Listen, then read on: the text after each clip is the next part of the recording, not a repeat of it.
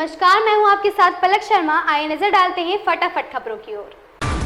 मुख्यमंत्री मनोहर लाल 8 फरवरी को अयोध्या जाएंगे। उनके साथ पानीपत समेत प्रदेश के कार्यकर्ता भी साथ होंगे। उन्होंने यह बातें मंगलवार को रोहतक जाते समय कुछ देर के पानीपत के ठहराव के दौरान बताई। सीएम मंगलवार को पानीपत पहुंचे थे। उन्होंने चंडीगढ़ से पानीपत तक जन शताब्दी एक्सप्रेस में सफर किया और सुबह 10:44 पर पानीपत रेलवे स्टेशन पर पहुंचे, जहां डीसी वीरेंद्र दहिया, एसपी अजीत सिंह शेखावत और बीजेपी जिलाध्यक्ष दुष्यंत भट्ट ने उनका स्वागत किया।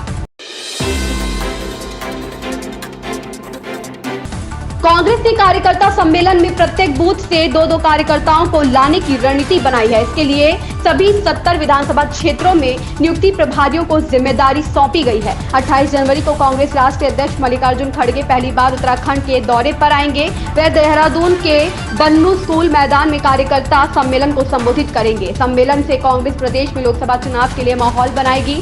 सम्मेलन में 11,700 से अधिक बूथों से कार्यकर्ता आएंगे।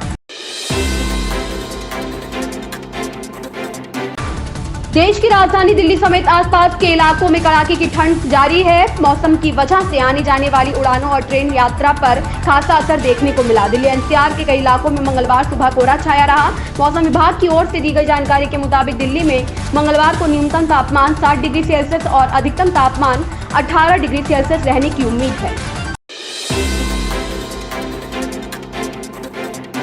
अंतर्राष्ट्रीय क्रिकेट काउंसिल ने साल 2024 की सर्वश्रेष्ठ वनडे की टीम की घोषणा कर दी है। आईसीसी ने इस टीम की कमान रोहित शर्मा को सौंपी है। वहीं ऑस्ट्रेलिया को विश्व विजेता बनाने वाले कप्तान पैट कमिंस को प्लेइंग 11 में भी जगह नहीं मिली है। इस टीम में भारत के 6 खिलाड़ी हैं। वहीं ऑस्ट्रेलिया और दक्षिण अफ्रीका के 2-2 जबकि न्यूजीलैंड का 1 खिलाड़ी है।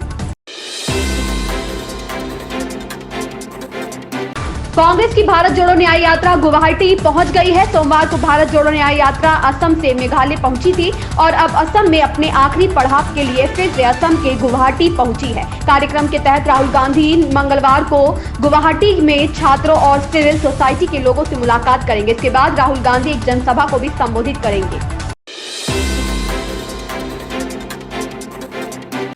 आगरा मालवा में केस की सुनवाई के दौरान एक वकील को इतना गुस्सा आ गया कि उसने शर्मिंदगी भरी हरकत कर दी। उसने जज की ओर जूता फेंका। जज जूते से बचने के लिए नीचे बैठ गए। इस सब में उन्हें कान में चोट लगी है। पुलिस ने शासकीय कार्य में बाधा समेत अन्य धाराओं के तहत प्रकरण दर्ज कर लिया है। मामला सोमवार अपराह्न 4 बजे का है। केस की सुनवाई के दौरान अधिवक्ता नितिन अटल इतना उग्र हो गया कि उसने जज की ओर जूता उछाल दिया।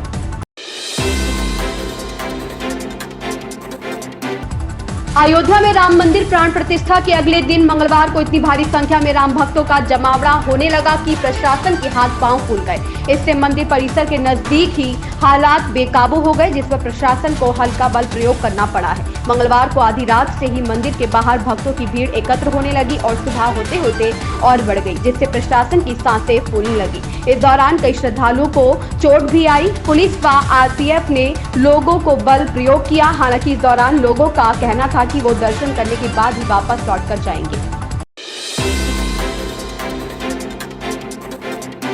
राजधानी लखनऊ में मंगलवार की सुबह कोहरे के साथ हुई, लेकिन करीब 11:30 बजे मौसम खुला और धूप निकली। हालांकि गलन से राहत नहीं मिली है। इसके पहले दिन का तापमान रविवार के 12.6 के मुकाबले सोमवार को 4.2 डिग्री चढ़कर 16.8 डिग्री दर्ज हुआ। न्यूनतम तापमान में मामूली बढ़त हुई और पारा 7.3 की तुलना में 7.7 डिग्री रहा। रात 11 बजे के आसपास फिर घना कोहरा छाने लगा।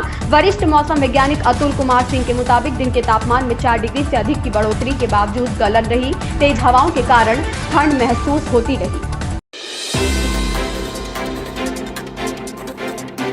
भारतीय क्रिकेट टीम के स्टार बल्लेबाज विराट कोहली ने सोमवार को इंग्लैंड के खिलाफ आगामी 5 मैचों की सीरीज के पहले 2 टेस्ट से हटने का फैसला किया। कोहली और उनकी पत्नी अनुष्का शर्मा को अयोध्या में राम मंदिर प्राण प्रतिष्ठा समारोह के लिए आमंत्रित किया गया था, लेकिन वे नहीं पहुंचे। हालांकि कोहली के जैसा दिखने वाले एक शख्स को टीम इंडिया की जर्सी में बाहर निकलना भारी पड़ा।